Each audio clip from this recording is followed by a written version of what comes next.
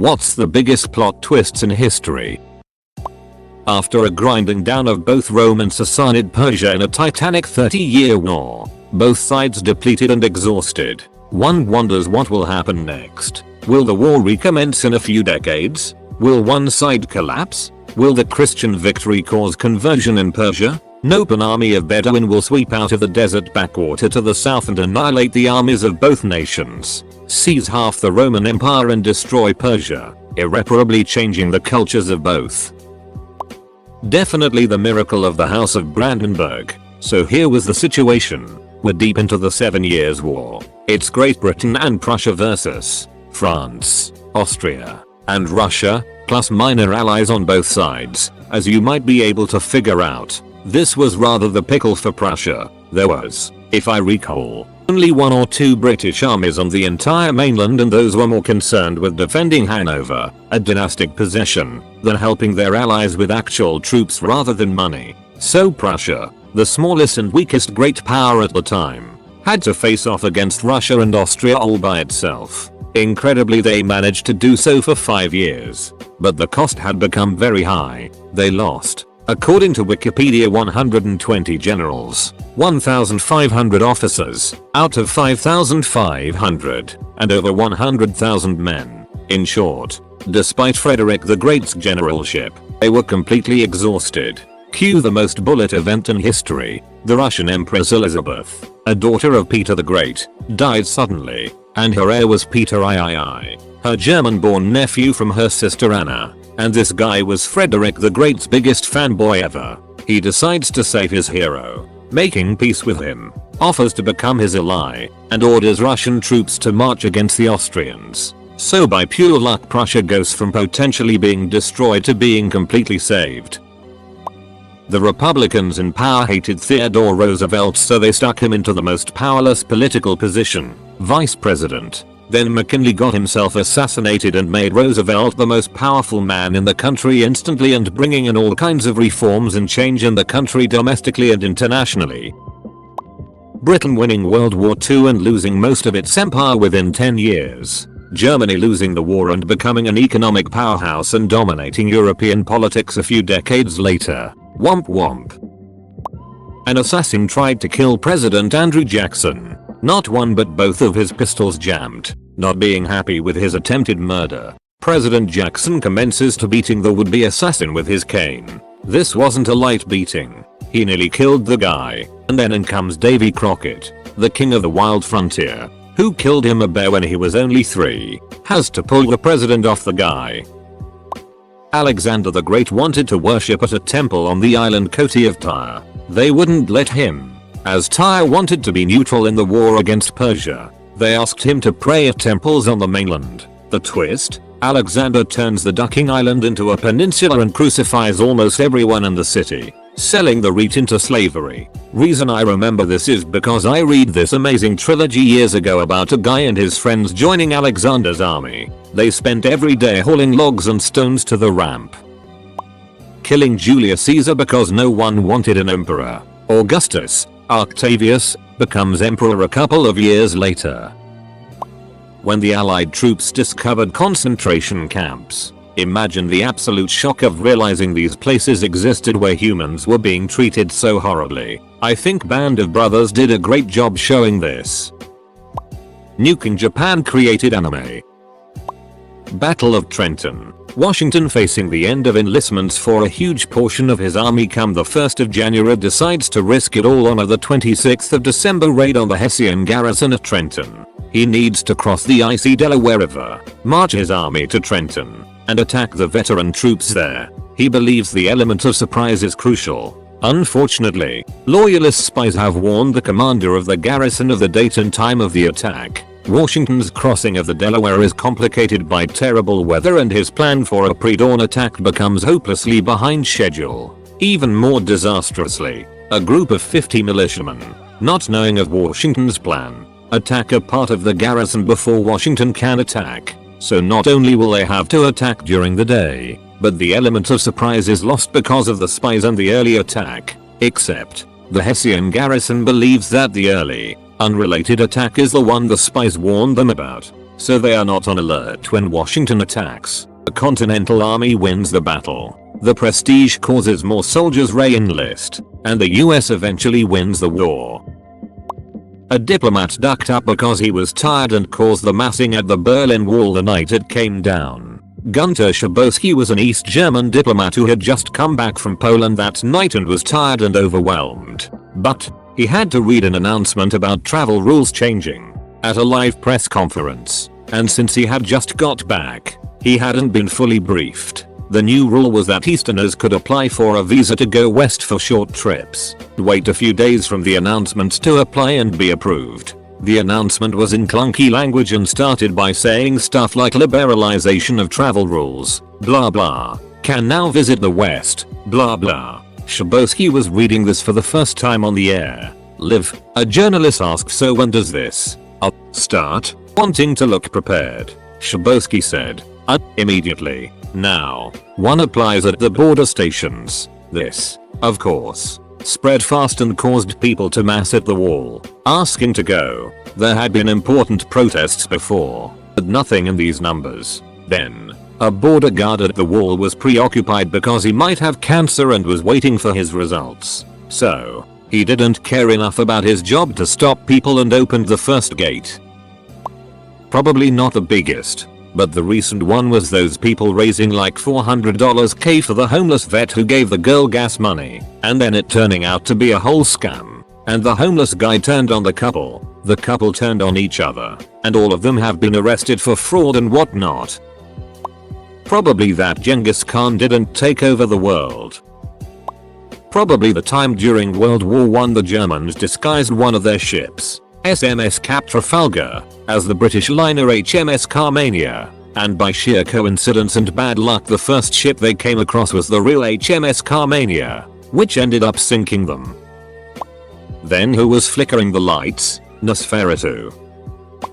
Trump winning the election after liberals considered his campaign a joke at the beginning. I'm a liberal who thought it was a joke, BTW.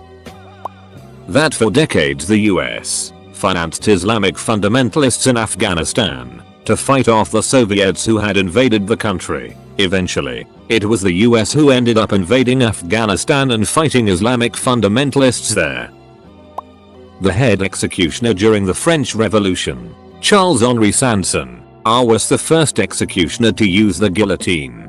He was spending a lot of his own money on upkeep, etc. He was verging on bankruptcy, so he petitioned the Paris Commune, which was the revolutionary government, for financial aid and reimbursement. They accepted his paperwork although they were going to pieces, all turning on one another. The leader Robespierre, who actually used to be opposed to the death penalty, wound up sending all his friends to the guillotine. This scared everyone so much, they wound up guillotining Robespierre. When poor Sanson went to check on his reimbursement and financial aid, he was told, "Sorry, man, you really should have it, but you need an official signature. Only Robespierre could give that and you guillotined him yesterday." The Easter Rising of 1916 fails spectacularly, because the people of Ireland are actively hostile to the rebels and more concerned about the Great War. The British respond by executing the 16 leaders, and hand the IRA their biggest recruitment tool on a silver platter. 6 years later, the War of Independence is won. The Verizon guy switching to Sprint. Oh, the humanity. The assassination of JFK's assassin. Nazi Germany forming a pact with USSR at the start of World War II, and a second plot twist is Nazi Germany then attacking USSR a few years later. Courtesy of Yofima Jojo, at the start of the Cold War, Henry Murray developed a personality profiling test to crack Soviet spies with psychological warfare and select which US spies are ready to be sent out into the field. As part of Project MKUltra, he began experimenting on Harvard sophomores. He set one student as the control, after he proved to be a completely predictable conformist, and named him Lawful. Long story short, the latter half of the experiment involved having the student prepare an essay on his core beliefs as a person for a friendly debate. Instead, Murray had an aggressive interrogator come in and basically tear his beliefs to pieces, mocking everything he stood for, and systematically picking apart every line in the essay to see what it took to get him to react. But he didn't. It just broke him. Made him into a mess of a person and left him having to pull his whole life back together again. He graduated, but then turned in his degree only a couple years later, and moved to the woods where he lived for decades. In all that time, he kept writing his essay, and slowly, he became so sure of his beliefs, so convinced that they were right, that he thought that if the nation didn't read it, we would be irreparably lost as a society. So, he set out to make sure that everyone heard what he had to say, and sure enough, Lawful's Industrial Society and Its Future has become one of the most well-known essays written in the last century. In fact, you've probably read some of it, although, you probably know it better as the Unabomber Manifesto. Edit. Holy cow. Thanks for the gold, stranger. The 101st Airborne Division being surrounded at Bastogne by German forces, refusing the offer of surrender and fighting their way out after General McAuliffe responded to the request for surrender with nuts. Benedict Arnold switching teams during the Revolutionary War. England and France. England became France when France's rulers emigrated to England, took over, and lost their holdings in France. The persecution of Christians during 3 centuries ended with the conversion of the Emperor Constantine. Christianity became the official religion of the Roman Empire. America winning the Revolutionary War. From the perspective of the Japanese, USA dropping 2 atomic bombs on popular cities, the amount of power these things contained were just unimaginable at the time. Maybe not a plot twist, but more of an escalation to a level never thought possible. Everyone thinks humans are going to destroy the Earth, but they will find that the Earth is much better at destroying humans. We had a spy on the inside. Hercules Mulligan.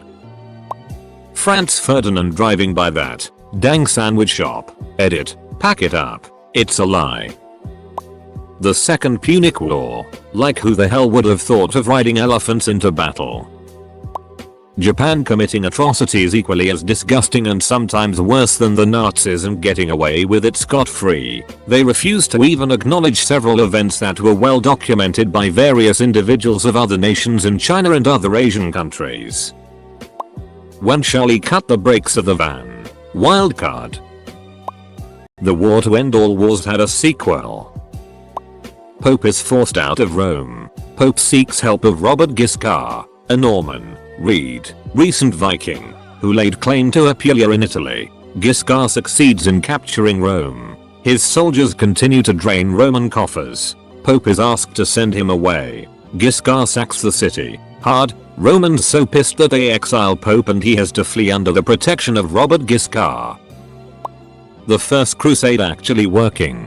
Why? Because when they sent out news of a crusade, a priest got a bunch of peasants riled up for the crusade. So they went on the crusade early with no food or organization. This failed so spectacularly that the Ottomans were still laughing when the real knights got together for the crusade. Germany declaring war on France and then invading Belgium. Nothing, never, nowhere. Then suddenly everything everywhere all at once. America winning the Civil War. I can tell you the biggest plot twist that went right over my stupid ducking stoned head at the end of Sixth Sense. I thought Haley Joel Osment was the dead one.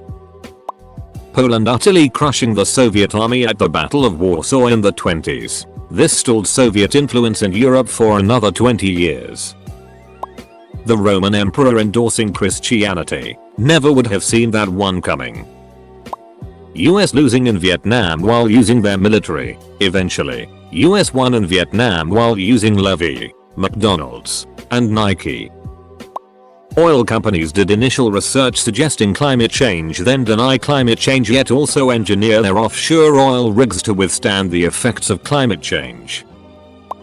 Genghis Khan sends a large trading caravan to Khwarezmia, in the Middle East. The local governor decides to arrest the whole lot of them and sentence them to death. An exceptionally poor idea. Genghis was seeking a potential alliance at the time. Genghis responds by sending a few ambassadors to meet the Shah and ask for the caravan's release. The Shah beheaded one of them and sent the others back with their heads shaved, a grave insult to the Khan. 2 years later, there was no Khwarezmian Empire. Judas betraying Jesus coming back to life. I think Battle of Stalingrad was a huge turning point. It depleted and exhausted the Germans. Hitler lost his IT and resources. Allies were able to plan invasion due to Germans not cleaning up their mess in Russian theater. If Stalingrad had fallen, Hitler would secure Caucasus region and Russian oil fields, capture Emi and push allies out of Africa. Without Eastern Front, the west coast of France would be fortified with sea defenses and Britain shore would collapse under constant air bombardment and rockets.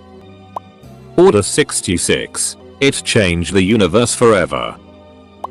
I don't know about the biggest ever in history, but I can think of a good one I saw myself. My geography teacher, who was a victim of some really crazy accusations. There were some rumors about him supposedly ducking a 16-year-old student. Turns out the guy was gay and had threesomes regularly with male models. Also, he was happily married with one. Apparently, the girl made the rumor up because she had a crush on him and it got out of hand. She confessed it later, but it was kinda too late, since everybody was already attacking him. Actually feel bad for him. He was a genuinely nice guy, and an excellent teacher. He didn't deserve to pass through that, and he had some epic pecs. No homo. Edit. Words. Edit. Guys. Thanks for the updates. Bruce Willis was bald all along. Probably whatever was happening in the new world. They could have had their own Game of Thrones playing out. Then suddenly disease wipes out everyone and a little while later some white people come around murdering and enslaving the survivors. It would be like if halfway into an episode of Friends, everyone but Rachel gets the measles and dies, and then Benicio del Toro shows up, rapes her and sells her apartment to the family from Full House. Napoleon returning to France in 1815. To make a long story short, Napoleon invades Russia in 1812 and fails miserably, and the 6th Coalition chases him all the way back to Paris, where they force him to abdicate the throne and they exile him to the island of Elba near Italy with 1,000 of his old guard, his most elite soldiers, in 1814. Napoleon is there for a few months before he escapes with all 1,000 of his old guard and returns to France in 1815. But that wasn't even the best part. The King of France sent an army to arrest Napoleon. But amazingly the army joined Napoleon and marched to Paris with it. And it didn't just happen once either. Every army the king sent ended up joining Napoleon. So he was able to reclaim the throne of France without firing a shot. When as an 8-year-old I learned that the iconic little swordsman in a green tunic wasn't actually Zelda and instead was named Link. Zelda was just the princess who needs to be saved. Not just a major plot twists in history, but a top 10 anime betrayal. The part where the mud with the amino acid soup got hit by lightning and some years later started thinking and wound up making spaceships.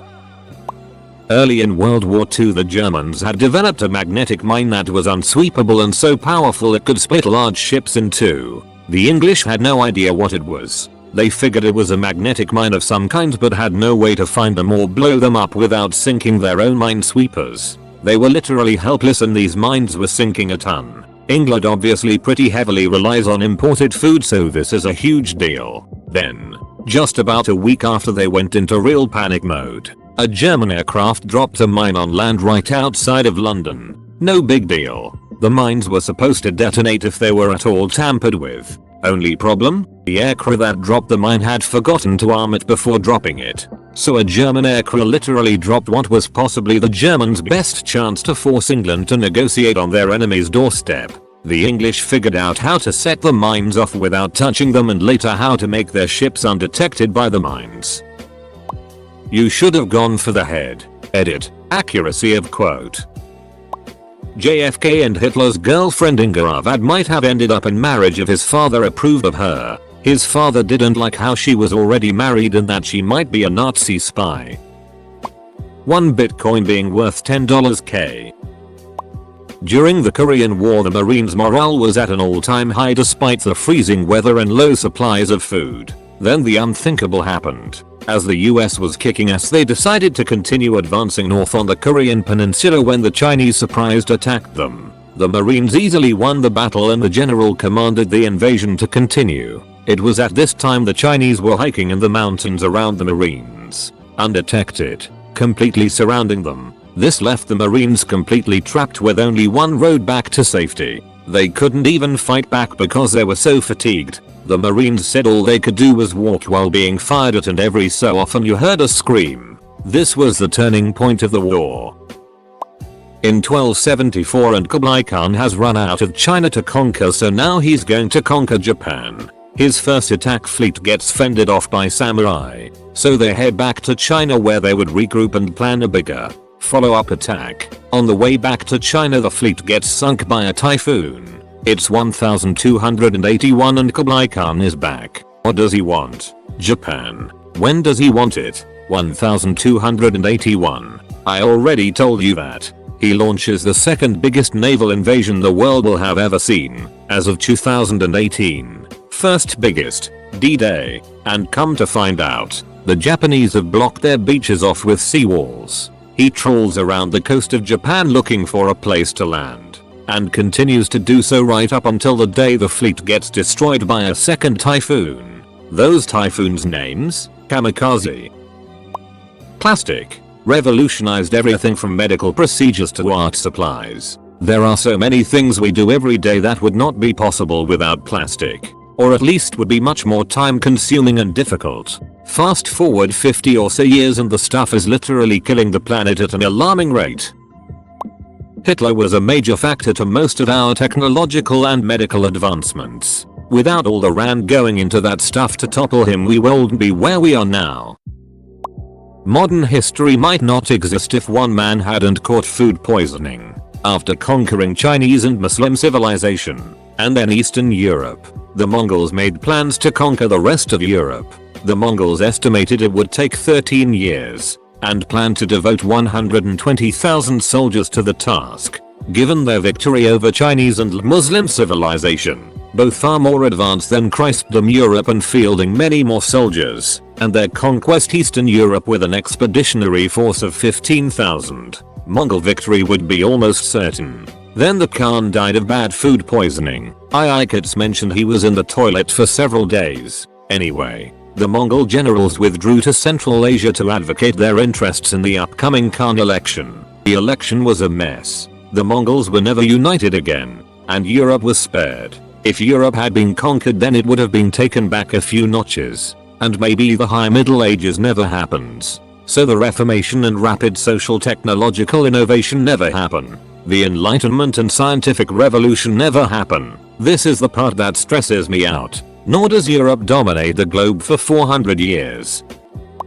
Anastasia was dead the whole time. Aussie army gets told to go cull the emus, whose numbers were in excess at the time. Aussie army goes in. Humans with guns to shoot a bunch of big dumb bush chooks. Emus kick the Aussie army's ass and Aussie army forced to retreat. Emus win the war. Mithridates VI was the king of Pontus around 100 BC. He was super paranoid of being poisoned, so in order to combat this, he took small dosages of poison every day to build his tolerance. He was eventually captured by the Romans and tried to kill himself using poison but couldn't, since he was immune.